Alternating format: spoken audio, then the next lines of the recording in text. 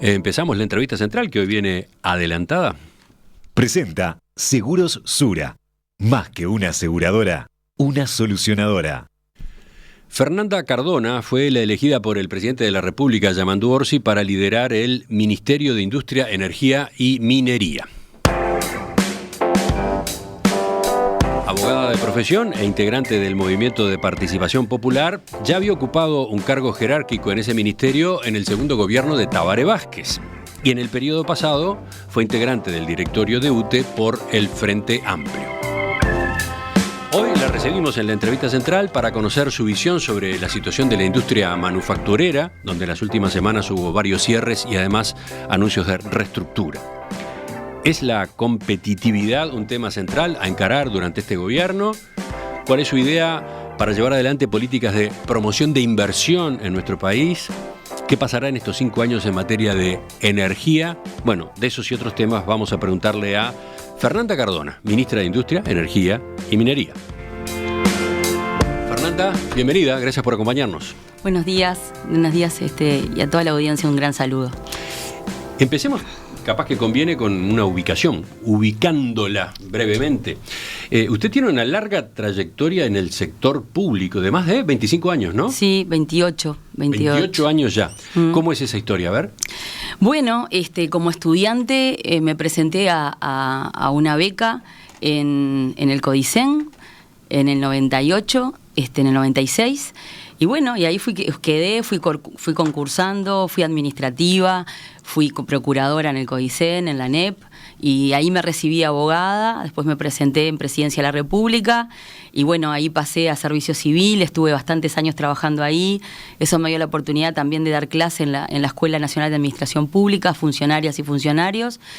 Y después ya empecé, más allá de la carrera presupuestal, digamos, o de funcionaria, en algún cargo, en alguna tarea que tenía que ver con asesoramientos políticos. Sí, usted osciló entre 2 empresas públicas, sí, y el Ministerio de Industria. Exactamente. A ver, ¿cómo es también esa otra parte? Estuve de asesora de Gonzalo Casaravilla del 2010 al 2013. O sea, de quien era entonces presidente de UTE, cuando estábamos en pleno cambio de matriz eléctrica.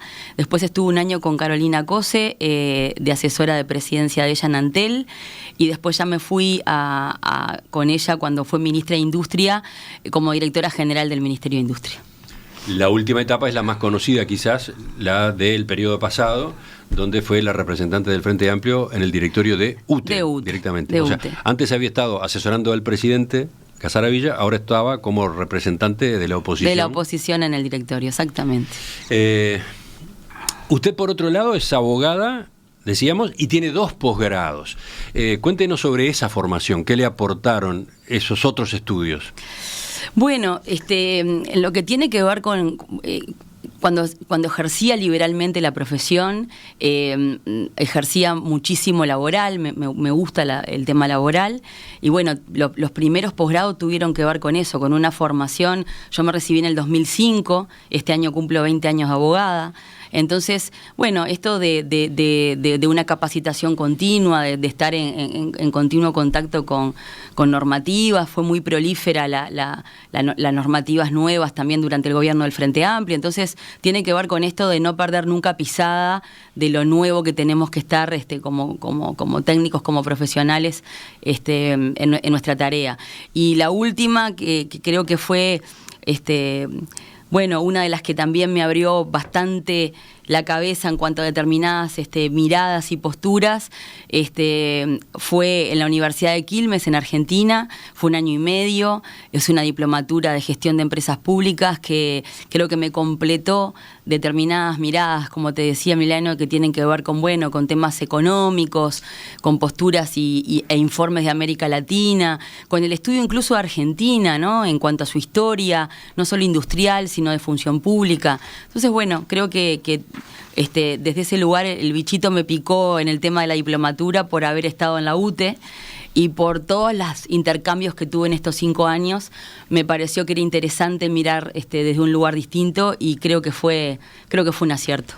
Justamente, por esa diplomatura en dirección de empresas públicas y por su último periodo en el directorio de UTE, capaz que cabía esperar que usted fuera la nueva presidenta del directorio de UTE. Sin embargo, la designación fue al frente del Ministerio de Industria. ¿Esperaba este ofrecimiento?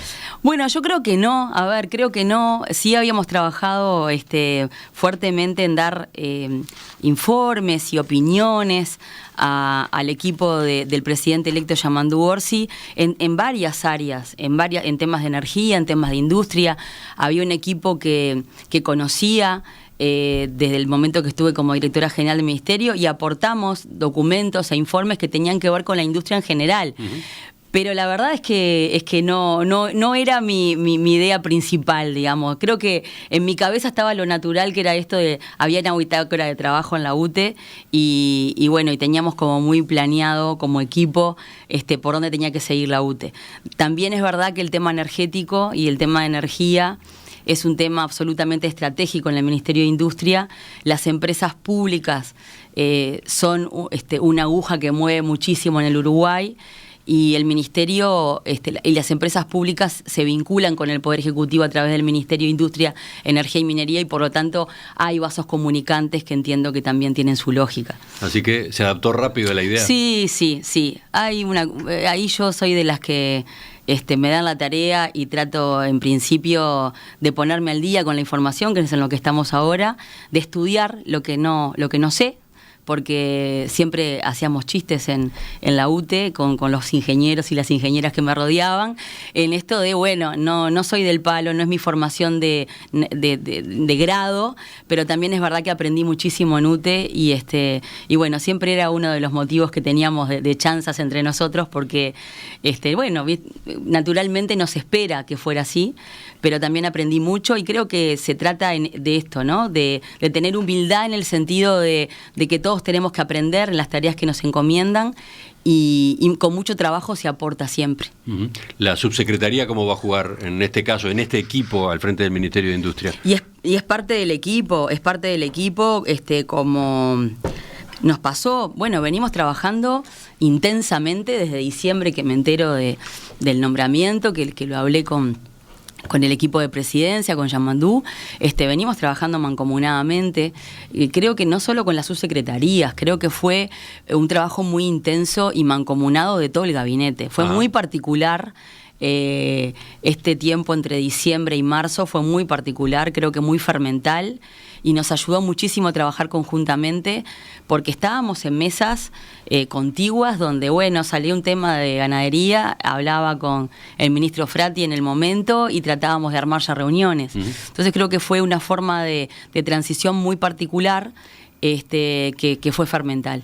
Hablemos entonces, ya que justamente usted explicaba lo que se trabajó durante la transición, de la coyuntura. Hablemos de cómo están las cosas en la industria nacional, a partir de esos relevamientos, a partir de esas reuniones, a partir de esas discusiones.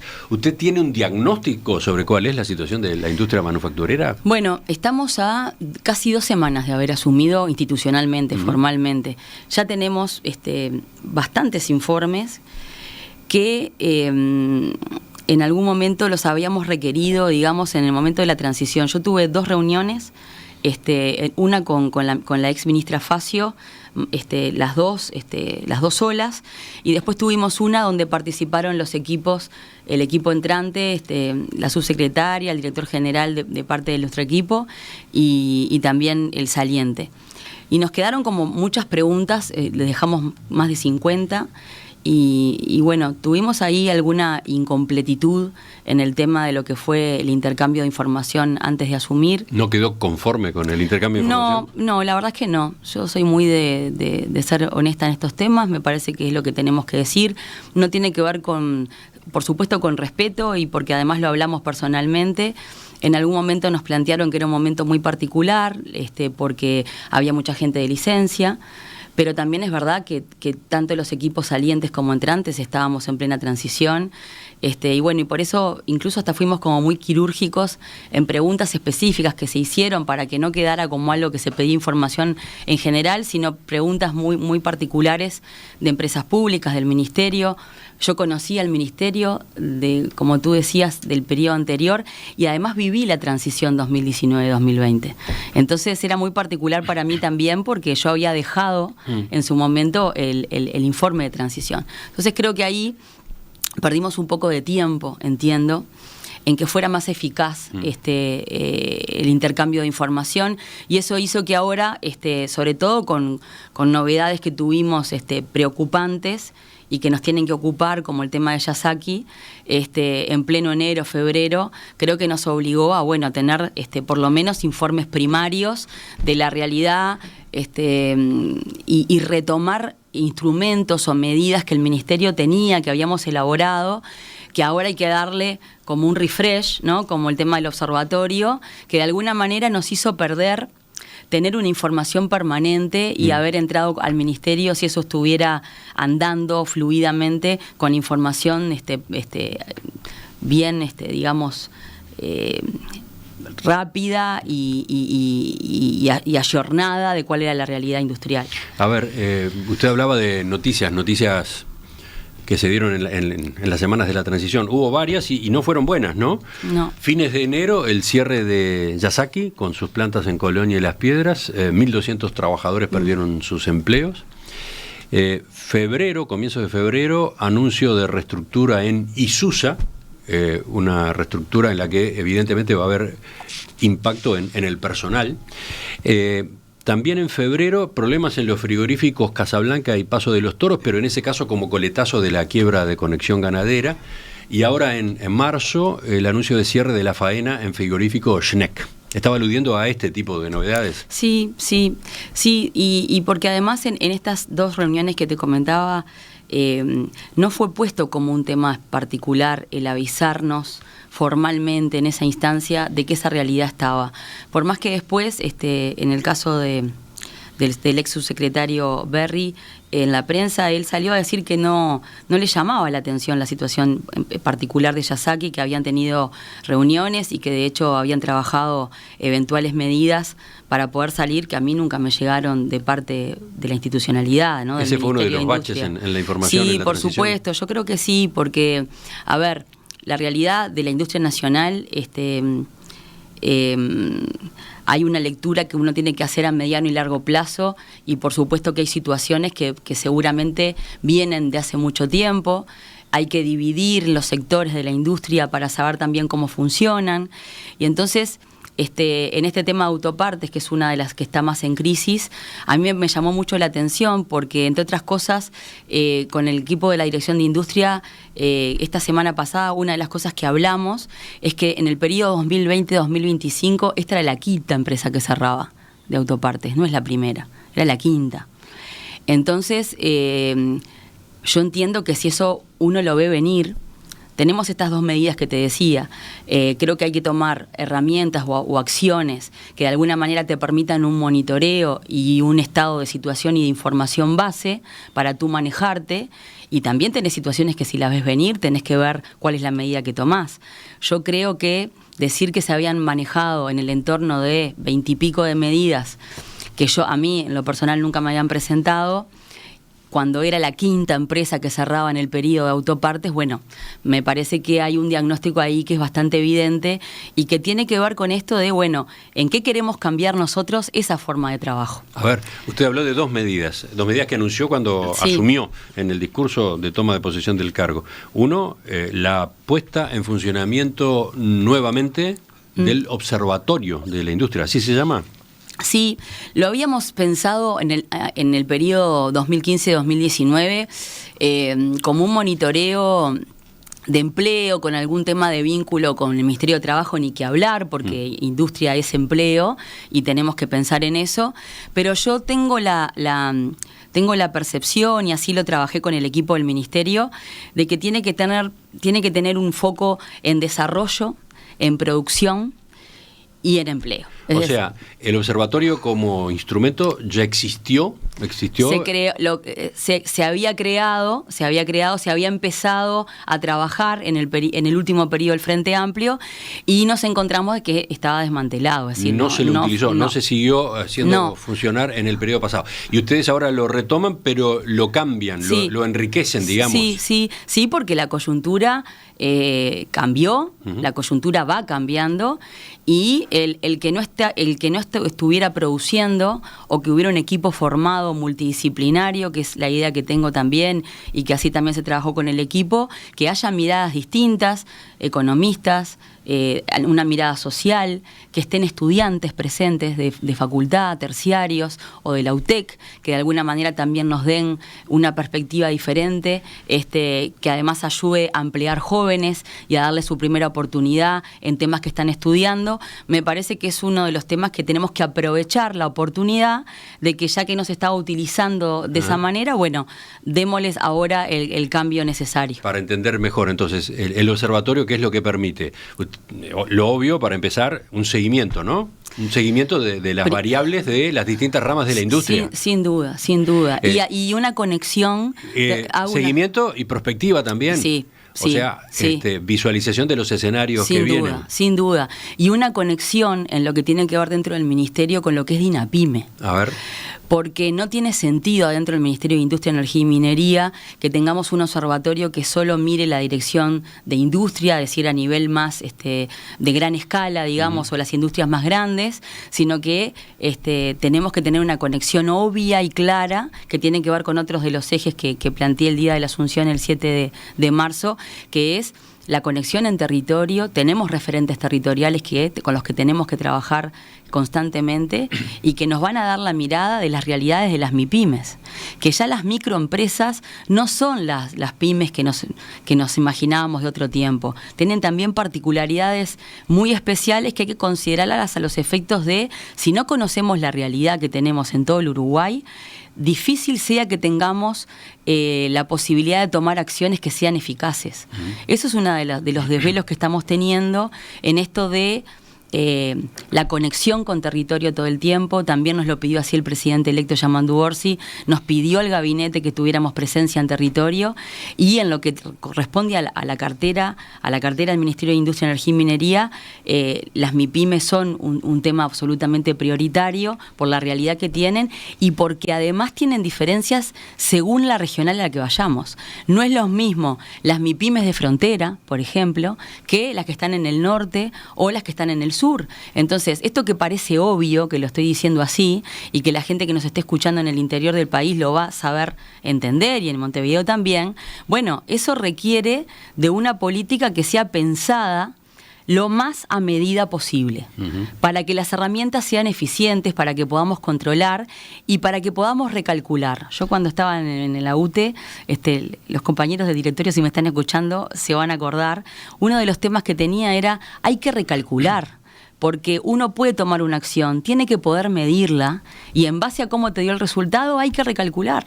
Es una forma de gestionar que hay que implementar. Ya que estamos, le pregunto por la integración de ese observatorio. Usted mencionó al pasar que también debía haber en él sociólogos. A ver, ¿para qué? ¿Cuál es el sentido? Bueno, porque nosotros, uno de los ejes que hablamos también, y que me pareció importante plasmarlo en el Día de la Asunción, es el triple impacto, ¿no? Esto de comentarle a la ciudadanía, a la audiencia, ningún proyecto, en lo personal entiendo y sé que el gabinete comparte, ningún proyecto nacional o ninguna política de las que este gabinete tiene que encarar, o va a encarar, o está encarando, puede olvidarse de las dimensiones. Las dimensiones son la económica, sin duda. Tenemos que ver en esto que decías de la competitividad, cuáles son los fondos que tenemos, cuáles son las herramientas que tenemos, hay que trabajarlas con economía, sin duda.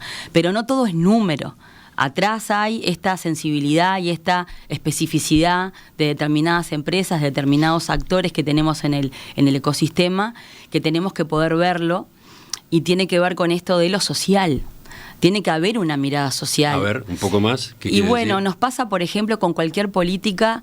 Fíjate lo que es, si nosotros vamos a hacer un trabajo a nivel territorial que tiene temas de ambiente, ¿no? Mencionabas al inicio de la nota que vamos a hablar de GIF o del hidrógeno, es un ejemplo claro. Digo, si nosotros no manejamos con compañeros y compañeras, funcionarios y funcionarias que tengan una formación en lo social, que nos puedan decir cómo es mejor desembarcar en territorio, cómo conversar con la ciudadanía, cómo dar la información, qué aristas ven, indicadores, ni que hablar, ¿no? Demográficos, sociales, es decir, creo que es algo primordial que tenemos que tener en cuenta, además de lo ambiental. Entonces, ahí tenemos una visión que siempre lo multidisciplinario aporta ideas y visiones absolutamente distintas.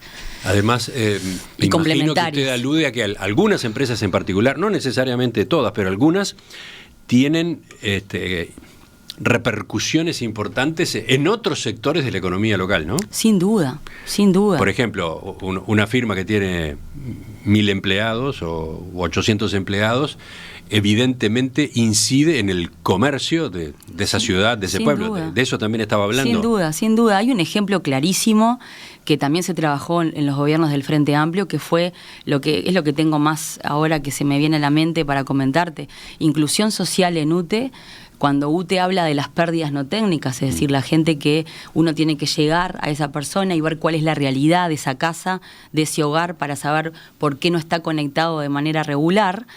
Los equipos fueron multidisciplinarios y la gente que llega y los equipos que han quedado institucionalizados por concurso, que tienen que ver con asistentes sociales, con sociólogos, tienen que ver con esto de, bueno, cuál es la mirada en el territorio y cómo desembarcaba UTE trabajando con pérdidas no técnicas. Es decir, si uno lo podía ver desde UTE, de UTE lo que iba a ver era que había determinada cantidad de clientes que había que regularizar, porque había una pérdida de UTE que no estaba facturando. Bueno, la mirada que le dio el gobierno del Frente Amplio es generar el proyecto de inclusión social que tenía esa mirada multidisciplinaria y que parte de los equipos no solo llegaban ingenieros, sino que también llegaban profesionales que estaban vinculados con lo social para que el desembarco en territorio fuera distinto. Y para entender esa realidad, uno tiene que saber que no todas las casas son iguales, no todos los barrios son iguales, y esas miradas creo que nutren y ayudan obviamente a las políticas que decidamos. El otro instrumento que usted mencionó en el discurso de Asunción fue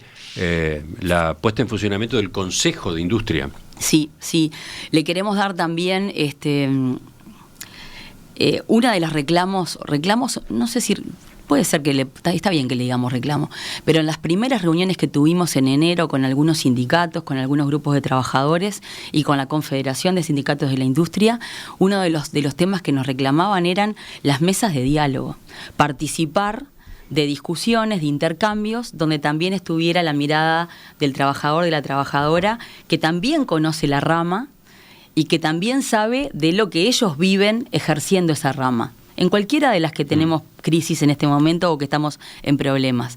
Y eso es independiente de que trabajemos obviamente con las empresas, con los empleadores, con el propio Ministerio de Trabajo. Yo creo que tenemos que tener ese ámbito que para nada molesta, que absolutamente es necesario y que nutre también esa visión de participación. ¿No había un pedido similar de la Cámara de Industrias? También nos juntamos con todas las cámaras. ¿Pero ese consejo cómo va a estar conformado? Con todos los actores. Estamos en este momento elaborando la resolución, porque de alguna manera rememora, capaz que la gente se acuerda, hubo un periodo donde estaba Roberto Kreimerman de ministro y estaba Sebastián Torres, director de Industria, donde los consejos sectoriales funcionaban de manera fluida y eran equipos de trabajo que participaban y que de alguna manera tomaban la realidad de los sectores de la industria. Bueno, esto pretende de alguna manera lanzar rápidamente un lugar de trabajo donde estén todos los actores del sistema y después, en base a las primeras conversaciones que tengamos, ver cómo podemos dividir lo sectorial e incluso, está hablado a nivel del gabinete, ver qué otra parte del gabinete entra en el juego, por más que los ministros y las ministras estamos en continuo diálogo y en trabajo en conjunto. Pero esto pretende ser un mensaje desde el Ministerio de Industria, Energía y Minería, y lo estamos convocando para abril. Ministra, es interesante sin duda la conformación de estos instrumentos, el Observatorio de la Industria y el Consejo de Industria. Ahora, la pregunta que viene a continuación es, ¿cuándo va a haber resoluciones? ¿Cuándo va a haber medidas, teniendo en cuenta que por lo visto hay algunos problemas, hay algunos desafíos, por citar un ejemplo, en competitividad? ¿Cuál es su respuesta en esa materia? Vamos a escucharla enseguida cuando retomamos la entrevista. La industria uruguaya es competitiva. ¿Cuán caro es producir en nuestro país? ¿Qué medidas piensa llevar adelante en esta materia esta administración? Esos son algunos de los temas en la entrevista esta mañana con Fernanda Cardona, abogada, ministra de Industria, Energía y Minería. Por lo que usted señalaba, ministra, se está trabajando, se empieza a trabajar en el diagnóstico, en definitiva, o sí, en la puesta en marcha de mecanismos que permitan tener un diagnóstico minuto a minuto, día a día, de cómo está el sector, con sus distintas ramas a su vez, ¿no? Sí. Y a partir de ese diagnóstico, a su vez, tener perspectiva, tener la información sobre hacia dónde va o la industria manufacturera o las distintas ramas de la industria, con un énfasis que usted ponía en la mirada también micro, ¿no? En no quedarse en generalizaciones, ¿no? Hablaba del observatorio y hablaba del consejo de la industria. ¿Qué más en esta materia, en la de los instrumentos? Bueno, lo primero que quiero aclarar, Emiliano, antes de la pausa, es, estos son medidas. Bueno, ahí está, porque la pregunta siguiente era, ¿cuándo, a partir del diagnóstico, a partir de la información, se estará en condiciones de tomar medidas? Pero estos son medidas absolutamente necesarias para trabajar con seriedad. Entonces, yo eso, sobre todo a estar a 10 días de haber asumido, ¿no? Porque en esta intensidad que te decía que tuvimos de lo que fue la transición, bueno, pareciera que hace como con todo lo que nos encontramos, yo siento que hace 6 meses que estamos en el Ministerio de Industria, Energía y Minería, pero lo cierto es que esto es absolutamente necesario, no solo para este periodo, sino que nuestra realidad, nuestra decisión del equipo es que esto quede institucionalizado, que realmente quede como una plataforma de trabajo donde después se pueda contar con eso, incluso interinstitucionalmente, porque tampoco vamos a obviar información que viene del INE o que viene de otros institutos o de otros organismos públicos que complementan estas visiones. Entonces, desde este punto de vista, son medidas absolutamente necesarias, absolutamente rápidas, que había que tomar cartas en el asunto ya. Y otra de las cuestiones que estamos trabajando es el tema de, las medidas que existían, los fondos, las herramientas financieras, las herramientas que trabajábamos con economía y finanzas, los mecanismos como la COMAP. ¿Cómo vamos a modificar criterios que se utilizan al día de hoy, ayornado a esta realidad que encontramos de la industria, para que realmente sean herramientas eficientes y no sean solo herramientas para anunciar? Es decir, cuando el Estado, el gobierno, o en el caso de algunos fondos que también se nutren con aporte de los propios trabajadores, no se miden, no tienen un objetivo, no tienen un criterio claro, es difícil de recalcular que te decía hace un rato. Uno tiene que tener esa mirada, decir, este fondo que existe, hay una batería de instrumentos que ya venían, algunas creadas en este periodo pasado. Lo que tenemos que hacer es qué instrumentos tenemos, hay que trabajarlos te podrás imaginar que ahí tengo que trabajar fuertemente con el compañero Gabriel Odone. No todas las decisiones van a depender solo del Ministerio de Industria, pero también es verdad que Gabriel tiene una mirada muy clara de ese tema, ya también lo hemos intercambiado y tenemos claro que hay instrumentos existentes que tenemos que trabajarlos rápidamente porque los criterios por los cuales se otorgaban o el contralor de cómo se otorgaron y cuál fue el resultado no existen.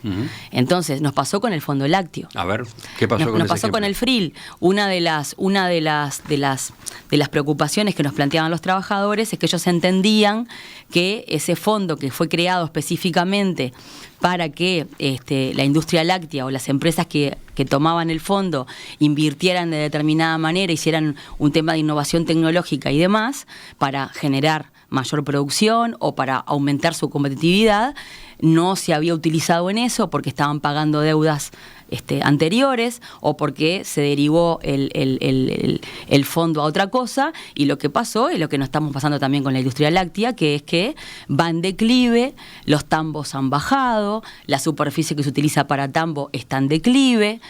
se ha extendido lo que es la venta a nivel internacional y nacional de productos como la leche en polvo, que no tiene mayor valor agregado, bajó la venta de quesos. Entonces hay todo un análisis, un diagnóstico de esa realidad que requiere que cuando uno tiene un fondo para la industria láctea piense hacia dónde quiere ir, y eso es una de las cuestiones que también hablamos el día de la Asunción, que tiene que ver con direccionar la política pública. Porque si yo pienso, si el equipo piensa, si el gabinete, el presidente piensa políticas que conceptualmente pueden parecer geniales, y cuando uno las va a aplicar al territorio no funcionan o no hablamos con los actores involucrados, y vuelvo a repetir, esto implica tanto a los trabajadores como a los empresarios, cuál es su realidad, cuál es la preocupación que tienen. Bueno, obviamente los fondos y los instrumentos no van a funcionar.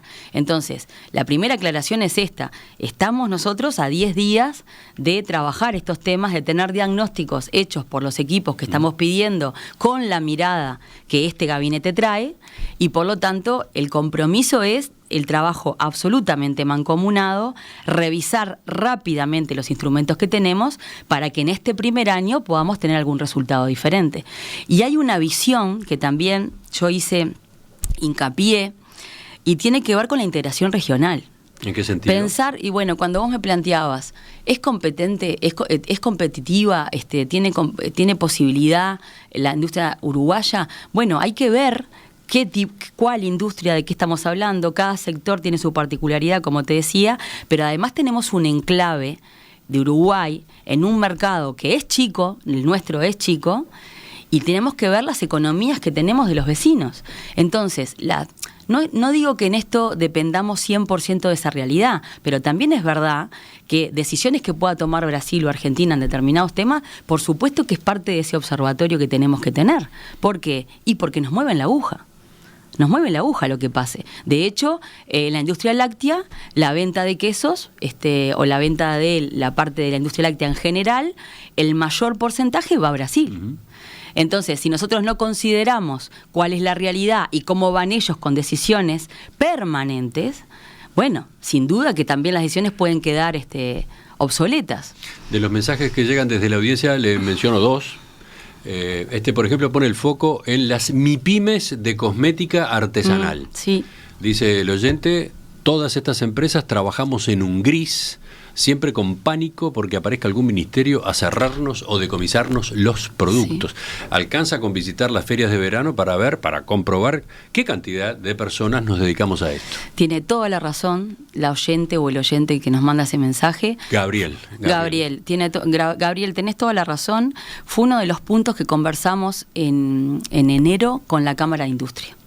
Uno de los puntos que tenemos en el intercambio de ese día tuvo que ver con determinadas MIPYMES y determinados emprendimientos que de alguna manera encuentran barreras en otros ministerios, y que tenemos que trabajar fuertemente por la calidad que le piden, por las certificaciones que le piden, y realmente entender, y acá viene el tema, y ese es un trabajo que tiene que articular sí o sí el Ministerio de Industria con otros ministerios como Salud Pública, para que realmente se entienda que es un producto artesanal, que realmente está en el mercado y que genera empleo, y por lo tanto tenemos que también ayornar cuáles son los requerimientos que otros ministerios tienen. Uh-huh. Después, otro mensaje dice: para bajar el costo de producción se podría revisar el tema impositivo.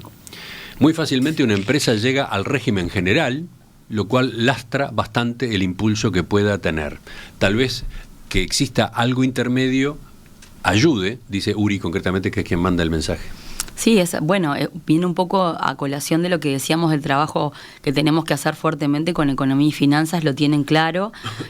A mí, ya, obviamente que las empresas más grandes tienen también otra capacidad de trabajadores y de técnicos que las pueden ayudar y que de alguna manera tienen un intercambio más específico, y ahí también me preocupan las MIPYMES, porque para poder trabajar la competitividad y trabajar los obstáculos que puede tener, como decía Gabriel recién, tiene que ver con que también tenemos que ayudar de parte del Estado a asesoramientos que si las MIPYMES los tienen que pagar o tienen que ir a 1000 ventanillas para poder hacer un trámite, obviamente no solo es burocrático, sino que además es ineficiente y no vamos a ayudar a la realidad de la gente. Entonces, bueno, creo que esto que dicen es el trabajo mancomunado que tenemos que hacer con economía y finanzas en todo lo que toque a la parte de economía y finanzas. Ni que hablar que es así. Las cadenas de valor, además, y cómo es la composición de los costos de cada emprendimiento o de cada empresa, también es importante conocerla. ¿Cuál es la cadena de valor? ¿En qué parte de la cadena de valor podemos tener una incidencia? Bueno, y desde ahí es que tenemos que tomar las decisiones. Algunas no son solo desde el ministerio, como te decía, tienen que ver con otros ministerios, pero por supuesto que es así como está diciendo la audiencia, hay que revisar. Enseguida, para cerrar la entrevista, ministra, quiero preguntarle por inversiones y en particular el rubro energía, ese que usted conoce tan directamente. Siguen llegando las preguntas, ministra. A ver, acá un celular terminado en 835 plantea: Uruguay ha apostado fuerte por las energías renovables, pero muchas industrias todavía dependen de combustibles fósiles. Entonces, concretamente, ¿cómo encaja el gas natural en la estrategia del ministerio para la descarbonización de la industria? Encaja absolutamente el gas. Es uno de los grandes temas, porque es el camino intermedio entre tener energías renovables absolutamente limpias y tratar de descarbonizar y salir lo más que podamos del combustible fósil. ¿Qué ha pasado? No tuvimos grandes avances de gas en estos 5 años. De hecho, creo que hasta el último año se ha logrado algún intercambio, pero lo cierto es que tuvimos contratos vencidos, no solo de compraventa de gas, sino también de transporte de gas, con los gasoductos que tenemos, que da para largo conversarlo. Pero lo que digo es que los dos gasoductos, ¿no? El del está sur bien, y el del exactamente. Está bien que la gente piense y pregunte, porque el gas es el intermedio natural entre, como les decía, tratar de descarbonizar, de sacar el combustible y llegar a lo renovable. Y de hecho tenemos infraestructura hecha, como la planta de ciclo combinado de Punta del Tigre, que está en San José, que quedó también en lo que fue el cambio de la matriz, que utiliza combustible fósil y también gas. La semana que viene me voy a Neuquén a una misión oficial para conocer Vaca Muerta y para saber cuál es el estado de situación de Argentina con el tema de gas, y para retomar y de alguna manera dejar planteado que es uno de los temas de agenda del Ministerio de Industria, Energía y Minería, trabajar fuertemente con Argentina y empezar nuestras negociaciones propias de este gabinete y ver qué podemos lograr con el tema del gas, sin perjuicio de que se van a analizar otros proyectos que hay, que tienen que ver con Brasil y demás. Pero lo que digo es que está muy bien la pregunta y lo que puedo comentar ahora es que está dentro de los puntos a trabajar por el presidente Yamandu Orsi. Seguimos anotando temas entonces para próximas entrevistas. Me van a tomar prueba dentro de unos meses. A ver. Presenta Heritage. Confía en nosotros para tus decisiones financieras. Invertí en lo que importa. Ya sobre el final, porque a usted no le queda mucho tiempo, sigue su agenda de la mañana, ministra. Usted sabe, una de las preocupaciones centrales del ministro de Economía, Gabriel Odone, es que la economía de Uruguay incremente su tasa anual de crecimiento de manera significativa, ¿no? Lo cual, entre otras ventajas, le permitiría al Estado contar con más recursos para hacer posibles las políticas sociales necesarias para mejorar la equidad. Y para que aumente la tasa de crecimiento del PBI, es vital contar con volúmenes significativos de inversiones, ¿no? Entonces, mi primera pregunta es: ¿se puede contar para este periodo con el proyecto de la multinacional HIF Global, destinado a producir combustibles sintéticos en Paysandú? Porque cuando se lo anunció, se señaló que sería la inversión más alta de la historia de nuestro país, $6.000 millones, y que implicaba la creación de 3.000 puestos de trabajo durante las obras, ¿no? Entonces, ¿está en el escenario efectivamente esta posibilidad? La primera aclaración que quiero hacer y aprovechar el espacio, Emiliano, es la siguiente. Una cosa es la postura o la opinión que tiene este gabinete o el presidente Yamandu Orsi sobre hidrógeno como herramienta energética, que por supuesto que se va a seguir trabajando en ver los diferentes escenarios posibles. El Frente Amplio lo tuvo en el 2009 en su plataforma de gobierno, en el programa, y de hecho se avanzó en hidrógeno gris, se hizo el proyecto Verne entre las empresas UTE y ANCAP en el 2018, es decir, no es nuevo para la fuerza política, ni siquiera para el país, porque han tenido equipos de trabajo que se han mantenido a trabajar sobre hidrógeno, por lo cual lo primero a aclarar es esto, no estamos negados al hidrógeno y Uruguay no puede perderse la oportunidad de hacer un seguimiento técnico del tema para ver cómo va. ¿Qué pasa el día de hoy? En este momento está la presidenta que fue designada y que después que se vote la venia asumirá en UTE. Está en Alemania, en Hamburgo, en un conversatorio sobre hidrógeno. Por lo tanto, es parte de la agenda el seguir de cerca cómo va. ¿Qué nos pasa el día de hoy? Las dos puntas del negocio están complicadas. ¿En qué sentido?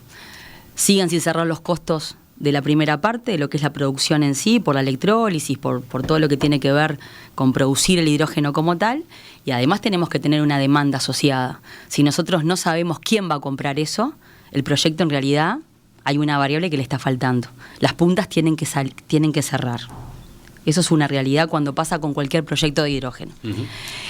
GIF en particular. Y yo este es más complejo porque incluye la producción de hidrógeno verde, pero en definitiva apunta todo a generar e-fuels, ¿no? Exactamente. Combustibles sintéticos, combustibles amigables con el medio ambiente. Exactamente. Yo la síntesis que te puedo hacer de GIF en particular es la siguiente.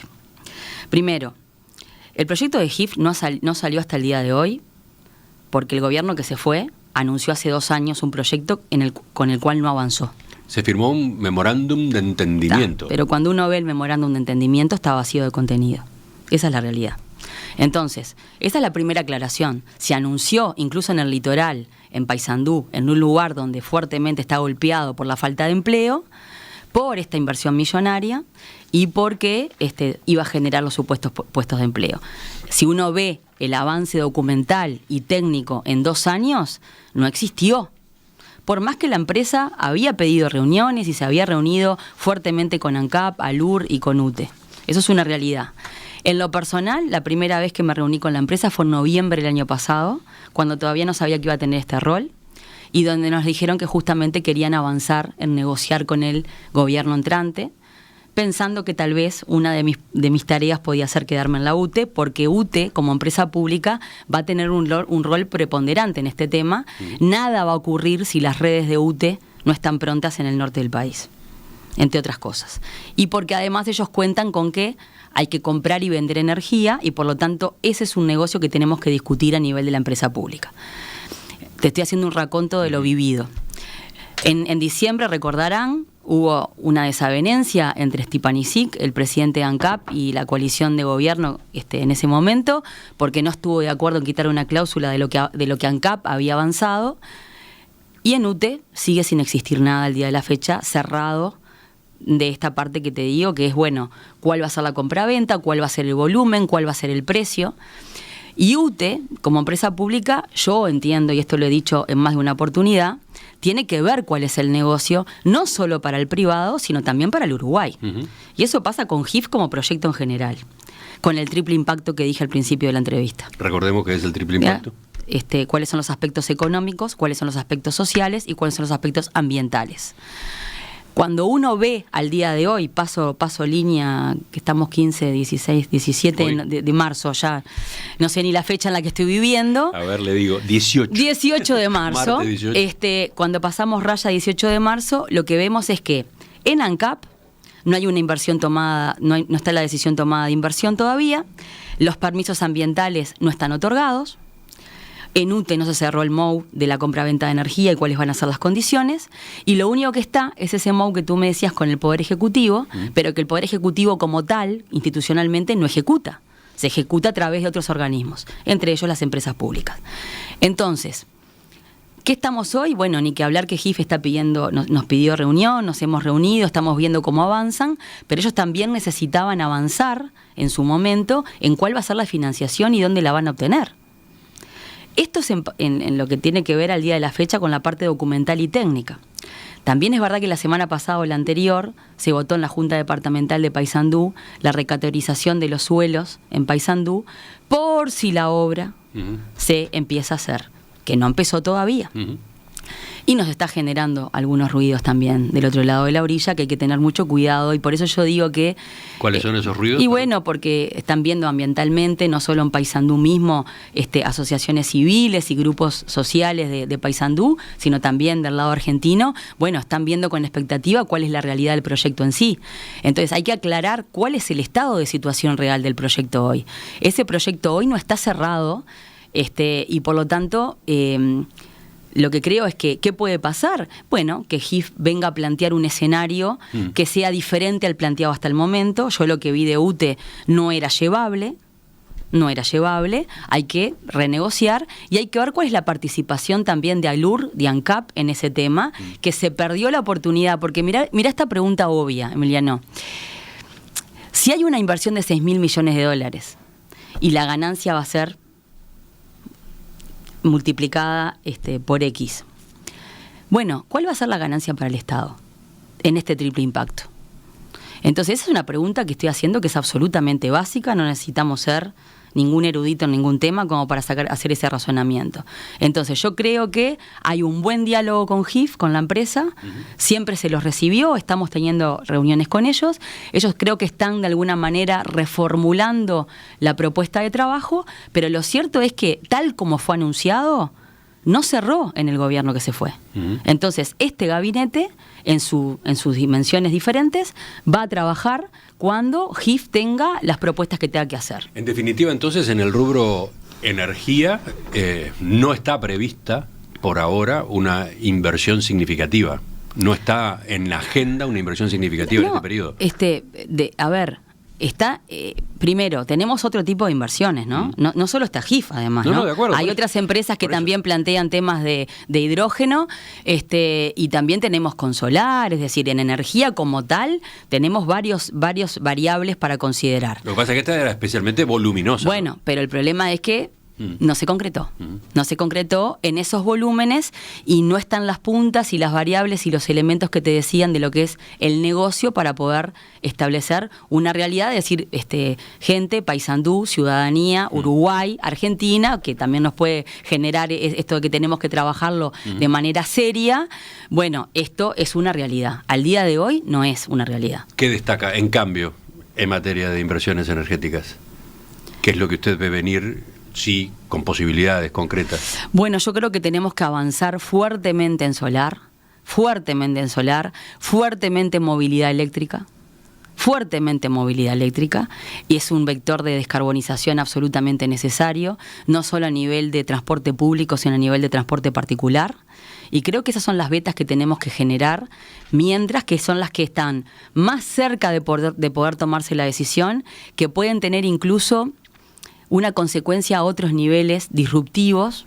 Hay cosas que no, hasta que no ocurran, no me parece bien contarlas, pero estamos generando posibilidades a nivel del agro, a nivel de otros proyectos, es decir, que la energía esté vinculada también al agro. Entonces, tenemos muchísimas... Bueno, tenemos que ver con la... Hay un desafío en el riego, ¿no? Bueno, y en el riego ni que hablar. Avanzar en materia de riego, pero como advertía hace pocos días acá mismo en una entrevista el presidente de la Asociación de Cultivadores de Arroz, la mayor inversión en riego solo tendrá sentido si a su vez la energía para hacer funcionar ese riego tiene costos razonables. Sí. Y una parte importante de esos sistemas de riego funciona con energía eléctrica, sí, justamente. Sin duda. También es verdad que se tomaron siempre decisiones que tienen que ver con la tarifa eléctrica, e incluso en este periodo pasado, que no es el del gobierno del Frente Amplio, y yo formando parte de la oposición en el directorio, se votó una tarifa que es plana para los arroceros, es decir, que ni siquiera ahora fluctúa por cosecha o por zafra. Entonces, a lo que voy es, está perfecto que nosotros discutamos e intercambiemos cuáles son los elementos de la cadena del negocio, como te decía. También es verdad que cuando uno ve cuánto pesa la energía en determinadas industrias, no es tal la situación. No estoy diciendo con esto que no está bien que lo conversemos y que estemos haciendo un monitoreo permanente, porque de hecho con los arroceros y con los regantes se hace desde el 2010 por lo menos, y se han tomado decisiones que tienen que ver con las tarifas que tienen que ver con el arroz. Ahora, cuando uno ve el negocio, tiene que ver la facturación, cuál fue el resultado de esa industria y después ver cómo recalcula el resto de los elementos que integran la cadena de valor. Entonces, ahí es donde digo que tenemos mucho para hablar con ellos. Por suerte nos conocemos, hemos tenido varios intercambios y es uno de los temas que no dejaremos, pero sin duda que hay que ver, ahí es un ejemplo claro de cómo hay que conocer cada uno de los negocios para saber en qué variables se puede incidir. Doctora Fernanda Cardona, ministra de Industria, Energía y Minería, le agradezco que nos haya visitado esta mañana. Hemos hecho apenas una aproximación, quedan cantidad de preguntas y más temas a su vez, así que volvemos a conversar en los próximos días. Muchas gracias a ustedes.